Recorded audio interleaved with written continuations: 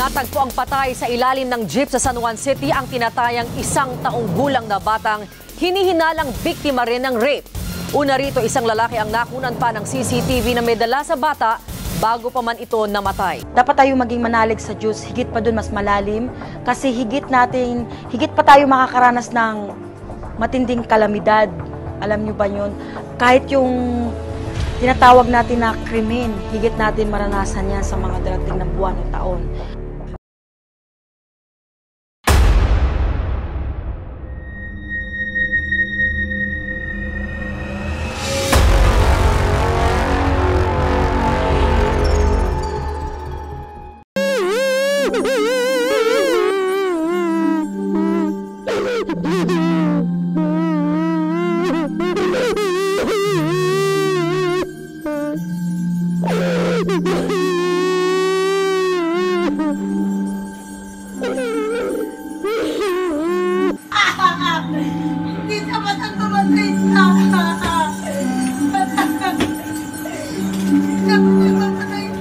Ito yung damdamin ng ina, bilang isang ina. Dahil doon sa nangyari sa kanyang anak, na-rape, pinatay, tapos ibinaon pa. Tapos ibinaon pa sa lupa. Ito yung suspect. Ito yung suspect na gumawa sa krimen. Ibinaon doon sa harapan ng bahay niya yung bata na 12 years old. Na-rape, pinatay, binaon pa sa lupa. Yun ang hirap eh. Ito yung nanay. Wala kami sinagitang masama sa'yo. Yan. Sariling tao lang nakuling namin sa iyo. Ito yung nanay ng bata, 12 years old. Kaming karapatan na kami mismo pinakailangan mag-iyan eh. Bangkay. Dapat ang bangkay. So, ayan. Damdamin ng nanay nagwawala. Ito yung suspect. Ito yung suspect. Tapos sinabi niya hindi daw ginawa, wala daw siya naalala. Pero nagpakalbo. Bakit ka nagpakalbo? Kung hindi mo ginawa, bakit ka nagpakalbo? Ha? Birugi ng ano eh. Aaminin mo sa hindi, wala rin. Bigyan lang talaga kami ng karapatan. Ano, bakit mo ginawa? Malaki na tiwala sa'yo ng magulang ng bata. Tinuring ka na palang kapatid. Doon ka nakatira. Bakit mo ginawa? Ha? Ha? Sa abogado? May abogado ka ba? May abogado ka na? Ha? Sa tingin mo may kukuha ang abogado sa'yo? Sa tingin mo lang? Sa tingin mo may abogado kukuha ano sa'yo? Meron na, umawak.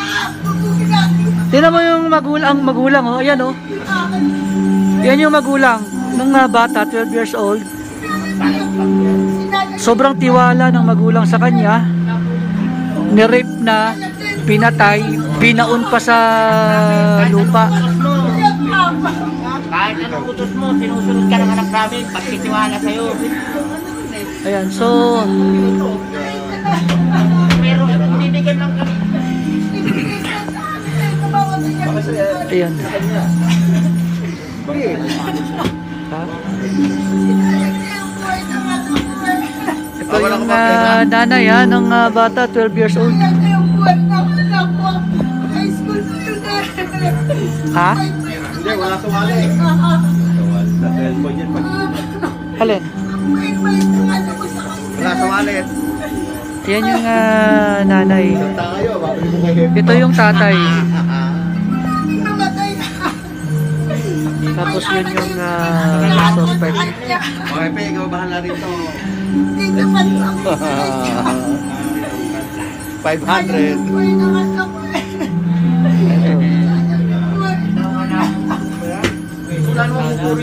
So yun dito ka sa may Rosario. Ulitin ko lamang yung kanyang anak, 12 years old, batang babae, malaking bulas yung bata. Ni-rape, pinatay, ibinaon pa sa lupa. Ito yung suspect na gumawa ng krimen. Yan, ito yung damdamin ng nanay na nawalan ng anak. 12 years old, biro mo. Panganay.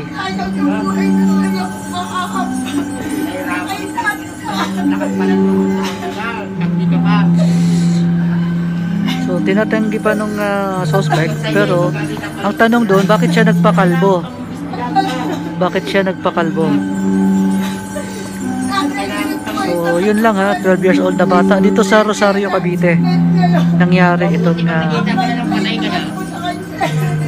sobra. Ano tawag sa kanya? Tito Larry po, Tito Larry. Tito Larry na ang tawag sa kanya. Itinuring na talaga siyang kapamilya. Tinuring na talaga siyang pamilya. Utusan niyang magpalo, pagpabili ng sigarilyo, pagpabili ng yelo, kung ano pang utos yan. Pag sinabi po niya, hatid po sa bahay, hatid po ng anak namin sa bahay niya. Tiwala po yung anak namin sa kanya eh.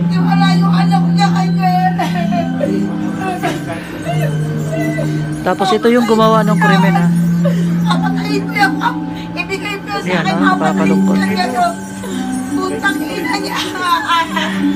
Yes. So yun lang. Bakit ka? Huwag mo iyan ka sa kalda mo gawin oh.